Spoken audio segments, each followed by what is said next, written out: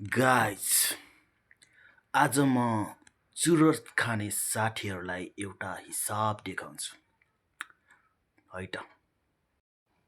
एउटा चुरोटको 25 होइन, दिनको 10वटा चुरोट खायो भने दिनको 250 होइन।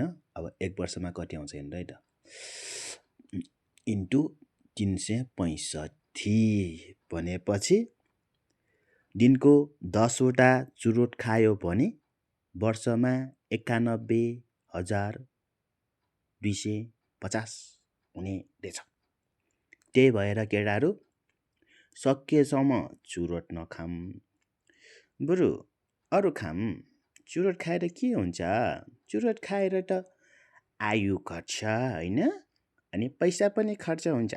त्यही भएर